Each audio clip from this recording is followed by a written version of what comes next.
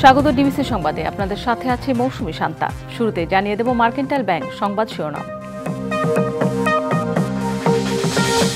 আজ জাতীয় ঐকমত্য কমিশনে সংস্কার সুপারিশ জমা দেবে বিএনপি। প্রস্তাবনা পেশ করার কথা রয়েছে তরুণদের দল এনসিপিরও।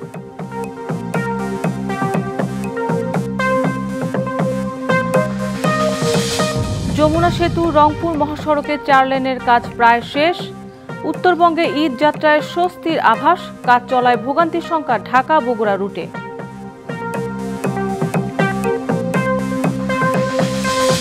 প্রায় 16 ঘন্টা পর সুন্দরবনের আগুন নিয়ন্ত্রণে। শুষ্ক মৌসুমে বারবার আগুনে ক্ষতিগ্রস্ত হচ্ছে বিশ্ব ঐতিহ্যের জীববৈচিত্র্য।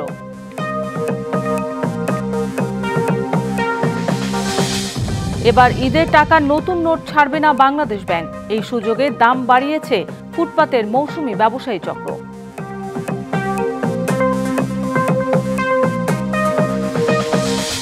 ঈদের দিন সকালে না হলে বিকেলে আছে বৃষ্টির আভাস। এবছর বেশি বজ্রপাত ও কালবৈশাখী ঝড়ের কথা বলছে আবহাওয়া অফিস।